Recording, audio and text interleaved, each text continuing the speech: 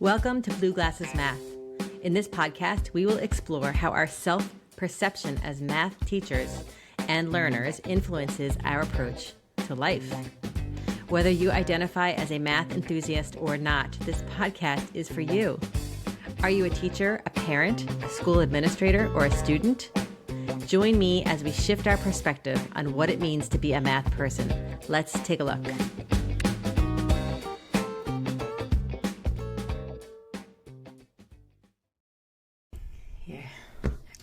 Here we go. So good afternoon, Cindy Lawrence. I am so thrilled to have you as a guest on Blue Glasses Math and have a conversation with you about how we can shift our perspectives on what it means to be a math person. So thank you for being here. And thank you so much for having me. Amazing. So I start by every podcast. So let me first start by reminding our audience that we have Cindy Lawrence is one of the founders. You are the CEO, and you are also the executive director, many hats, at the Museum of Mathematics, which is located in Manhattan in New York City. And it's an amazing place to go. I would highly recommend. We'll talk more about it on the episode. But I want to start with the question that I ask all of my guests. And the question is, what is your math story, Cindy? So my math story starts in elementary school when I considered myself to be very good in mathematics. And one year came back from summer break and there was some sort of assessment given that involved subtraction with borrowing. And I had forgotten the algorithm, simply did not remember how to do it. And so I had the experience of feeling stupid, of feeling like I couldn't be successful, of feeling like there was an impact from that in terms of we were being placed in different classes based on that assessment. And so I understand, and I come to the world of math with an understanding of how uncomfortable it can be to not get something when the people around you seem to be having a great time moving along, doing the problems. And of course, that was just a short-lived experience. And my main experience in mathematics has been that I was the one who, got all the questions right and got A's and loved it and was good at it. But I carry that memory with me, and it helps me to think about how other people may be coming to the world of math with an experience that wasn't fun, that didn't make them feel happy or good. My world of math expanded a lot with, as many people will tell you, one great teacher that I had in high school who shared the world of calculus with me, something that was beautiful and mind-boggling and I loved. And so I went off to college as a math major, not really knowing what would be at the end of that road. I didn't have a clear conception of what a math major could do. And when I got to third year, linear algebra, I had never had anything other than an A on any math test anywhere. And in that class, I never had anything other than a perfect score. But for the first time, I didn't understand what I was doing. Something I always loved about math was that there was a reason. There might be rules to memorize, but you could dig in a little more deeply and understand where the rule came from. Even going back to second grade and subtraction with borrowing, we're talking about place value. Yeah. And if you understand that, then you understand the algorithm.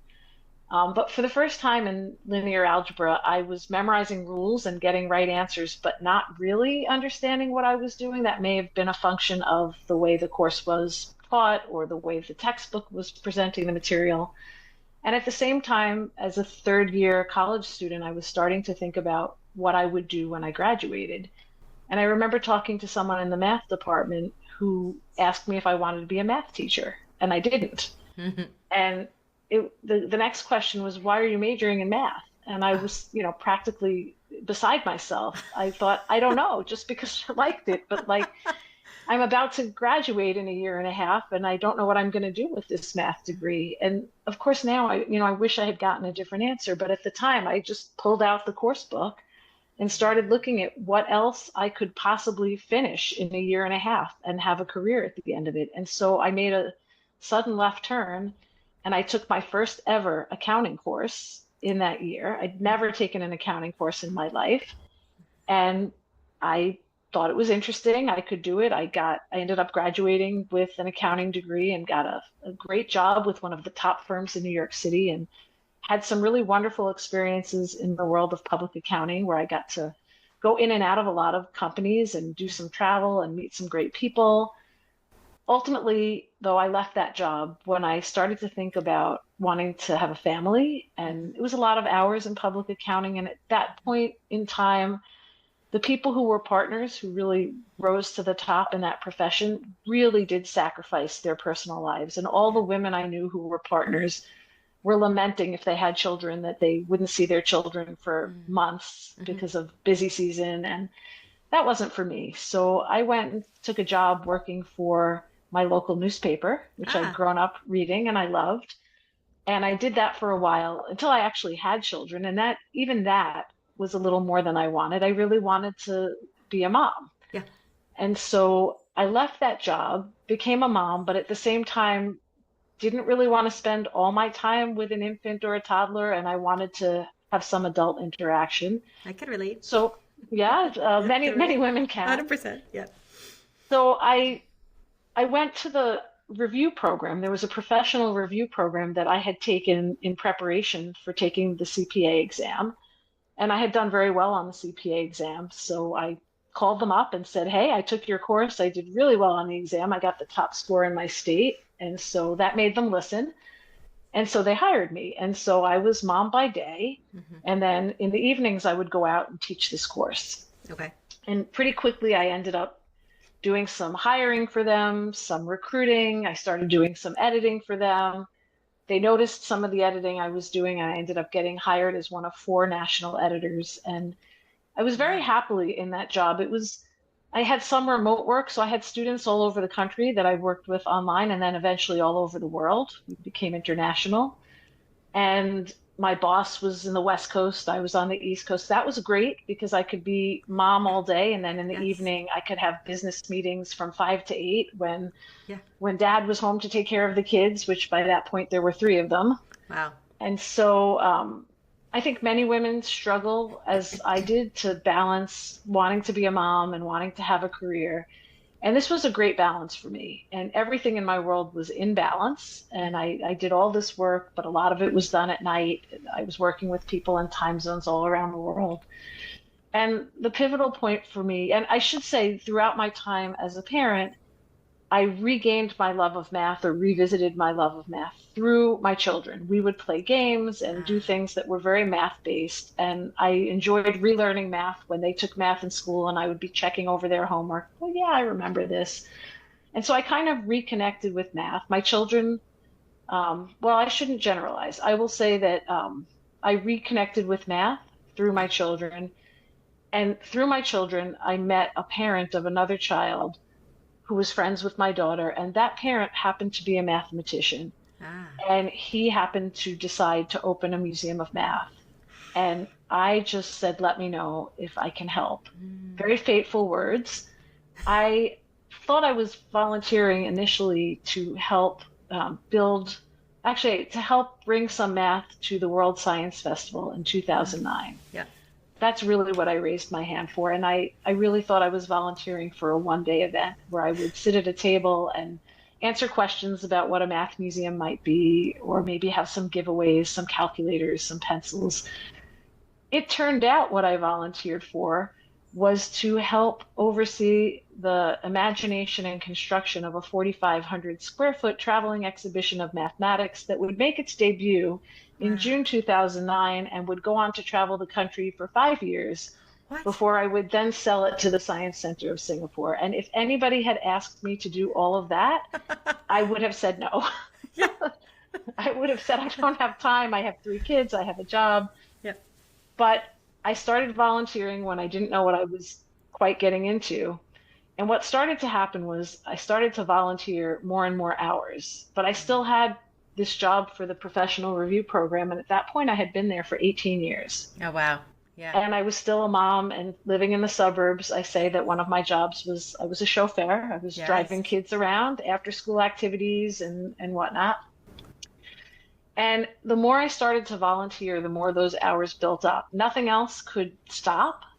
The only thing that started to reduce was the number of hours I was sleeping. Oh, And so I suddenly found myself like having to pull all-nighters to get done my volunteer job and my regular job and my job as a parent. And after a while, I realized I couldn't do both anymore. And I either had to quit the volunteer job or I had to quit the other job and make the volunteer job a real job.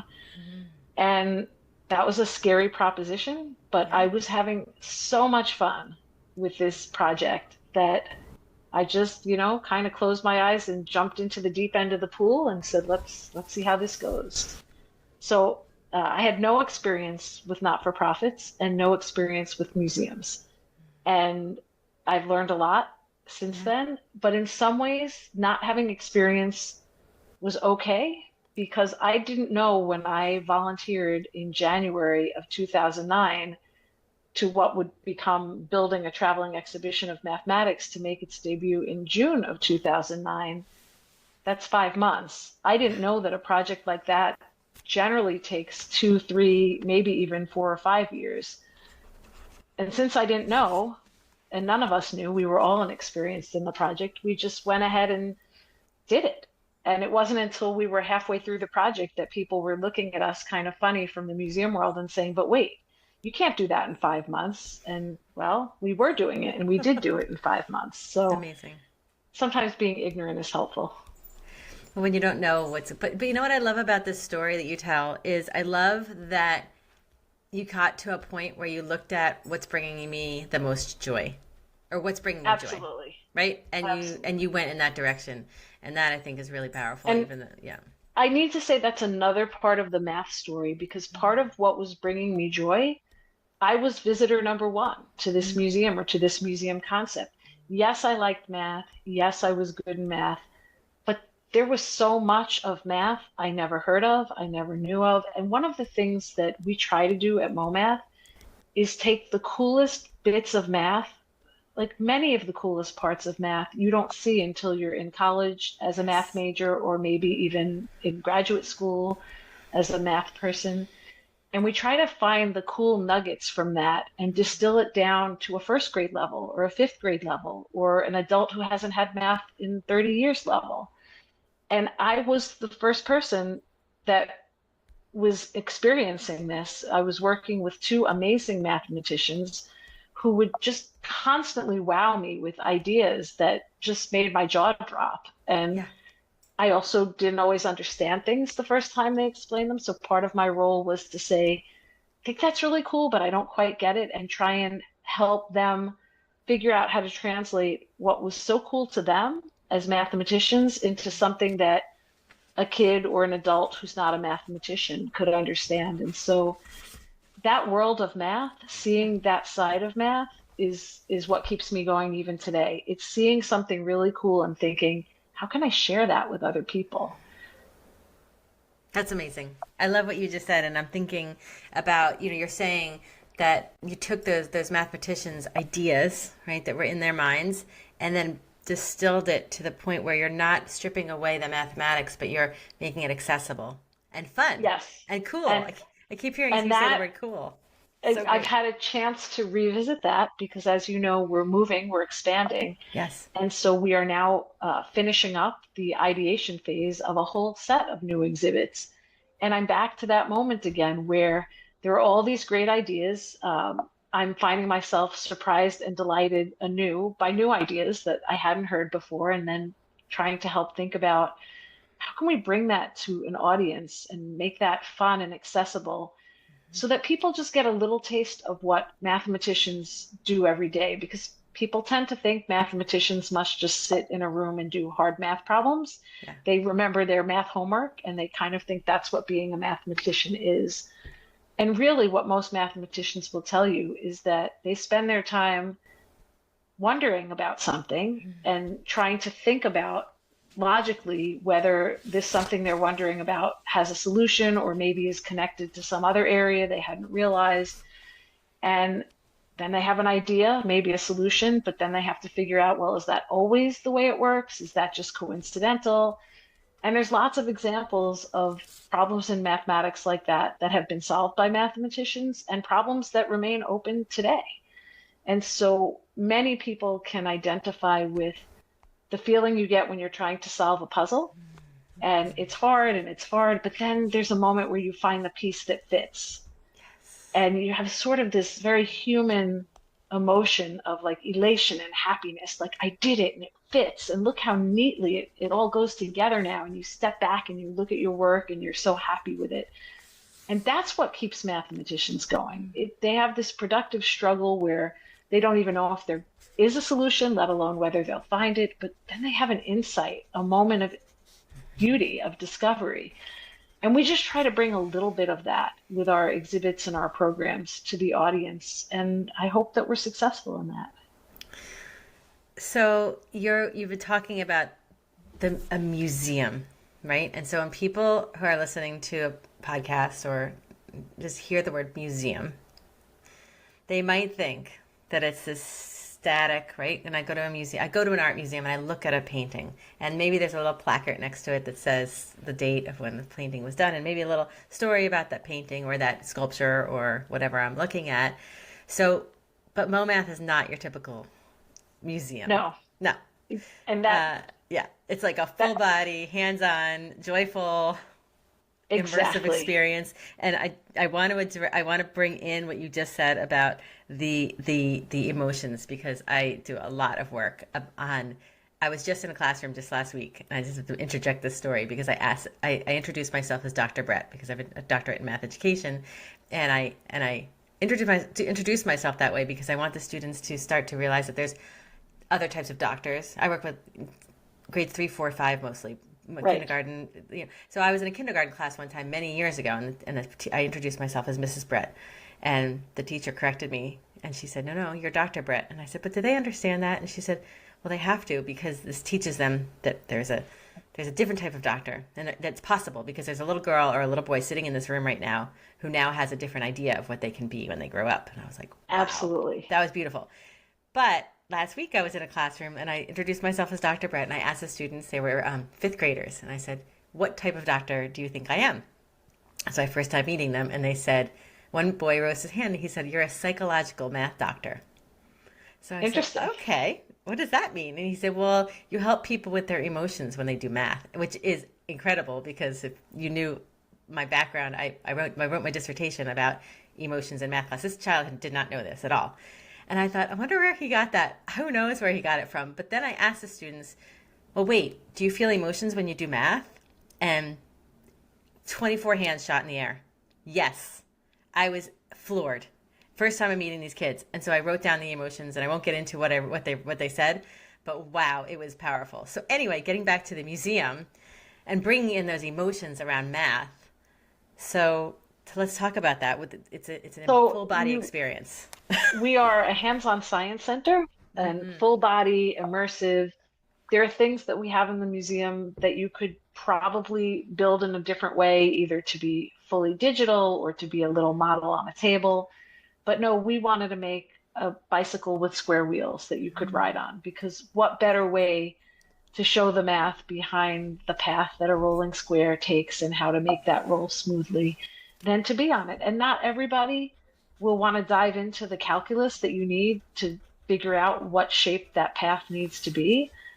But everybody will have a good time and take a selfie and share it with their friends and have some joy around math. And so I'm not naive enough to think that every person who comes in is going to leave and want to become a mathematician.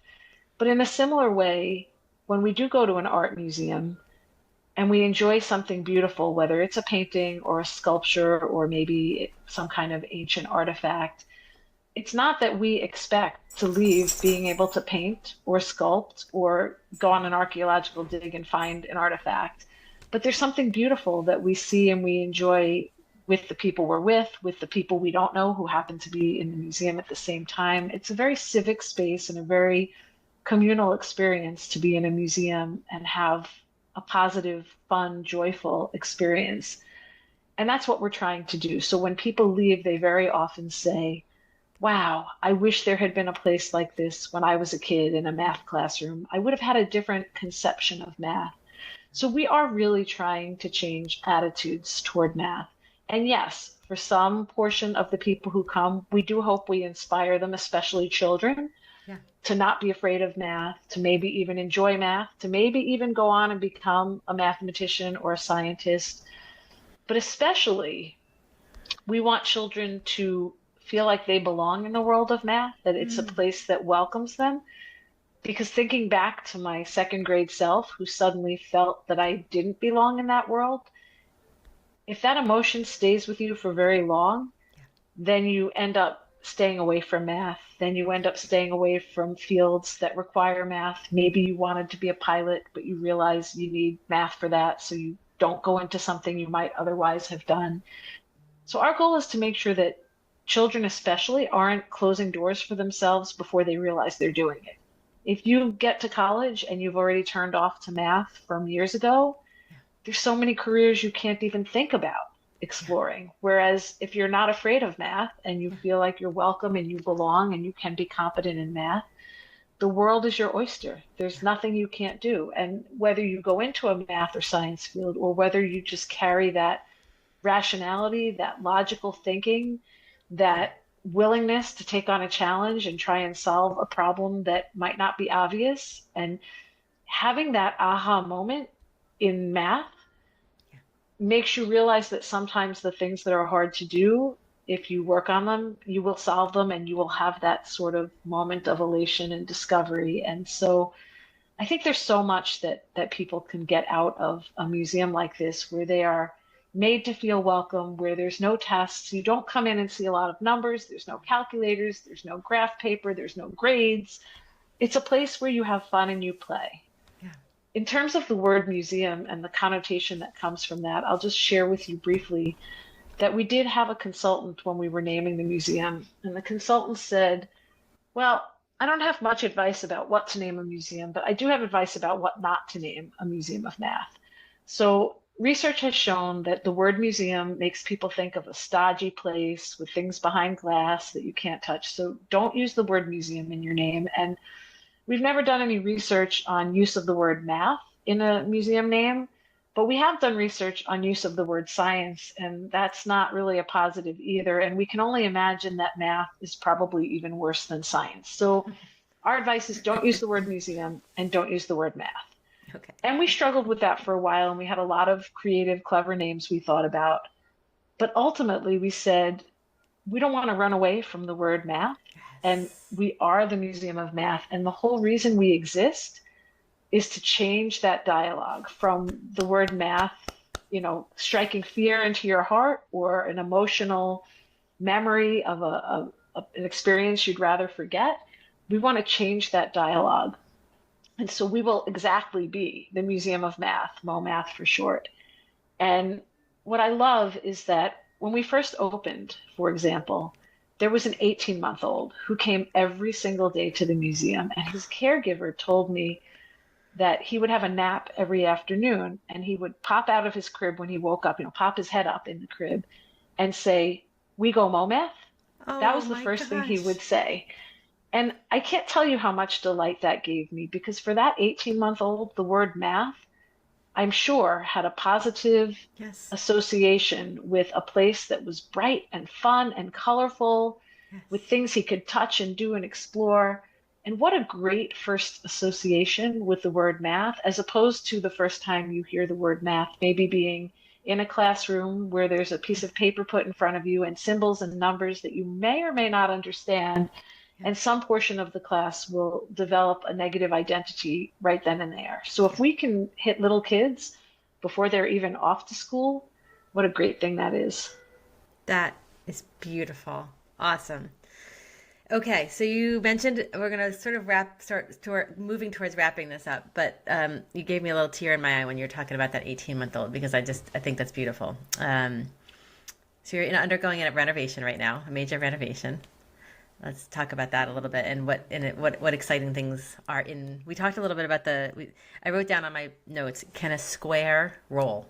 Can we make a square roll? Because I was thinking about is it a bicycle or a tricycle? It's a tricycle. Tricycle, Yep. a tricycle that has square wheels but actually can move. And I won't say any more about that because I want people to go to the museum and try it out themselves.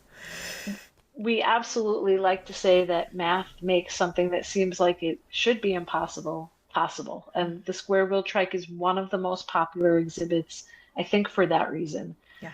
We did outgrow our initial space, so we were in a beautiful museum location on the north end of Madison Square Park on 26th Street in Manhattan for 12 years. And we recognized about 2 years before that that we needed to expand. Yeah. When we opened, we were a proof of concept that we weren't sure we would prove. So will people come to a museum of math if you build it? And there were a lot of people who thought people won't come.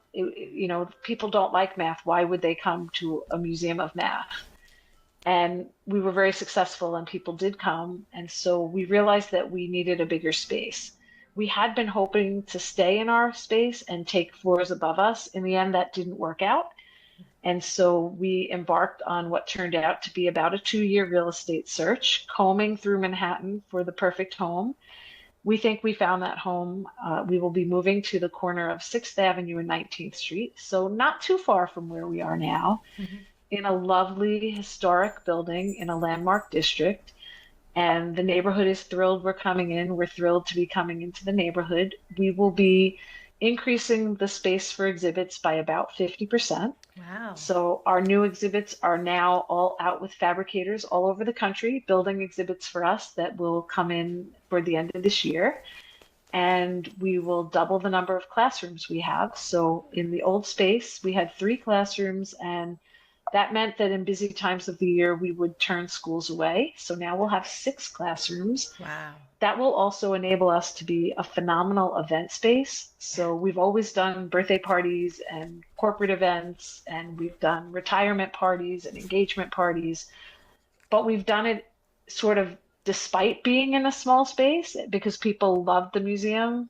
But now we will have a space that I think will be one of the nicest event spaces in Manhattan. And so we're really hoping that many more people will experience the joy of math because maybe they'll come to a Sweet 16 that's in the museum, or they'll come to a product launch, or they'll come to a bridal shower, or whatever they might come to, and be exposed to something unexpected. So cool. I love that. Okay, so I thank you so much. This conversation has been amazing, and I could probably talk to you for another hour. I'm thinking the same. It's amazing. So I just feel like this whole conversation, this everything you've told me, just keeps bringing me back to the accessibility, and I love the fact that you just went for it with the name of the museum, and said, you know what, we just leaned into it. Like we are the Museum of Math. We're not going to shy away from it. We're proud of it. We're a place where a kid who loves math, I mean, we've talked about kids who maybe are uncomfortable with math. We didn't talk about the kids who love math, but who feel isolated because maybe they're the only kid in their class who loves math or who's very good in math. And we've created a community where it's okay to love math. In fact, it's celebrated to love math. And so for some kids, they don't have that experience in school or even at home with their families. So cool. Yes. I love it. Okay, so how should listeners plan their trip? Because everybody who's listening to this podcast needs to get on a train or a plane or a boat or whatever, a bus, and go to New York City. Absolutely. We're very easy to find. MoMath.org is our website. We are very close to Penn Station. We're easy to get to from airports and train stations and bus terminals. And a lot of people visit New York City, and we hope that if your audience is considering a trip to New York City, that they'll put us on their list. Love it. Thank you, Cindy, so much for this amazing conversation. I really appreciate it. And thank you. Yeah. Have a wonderful day. You too.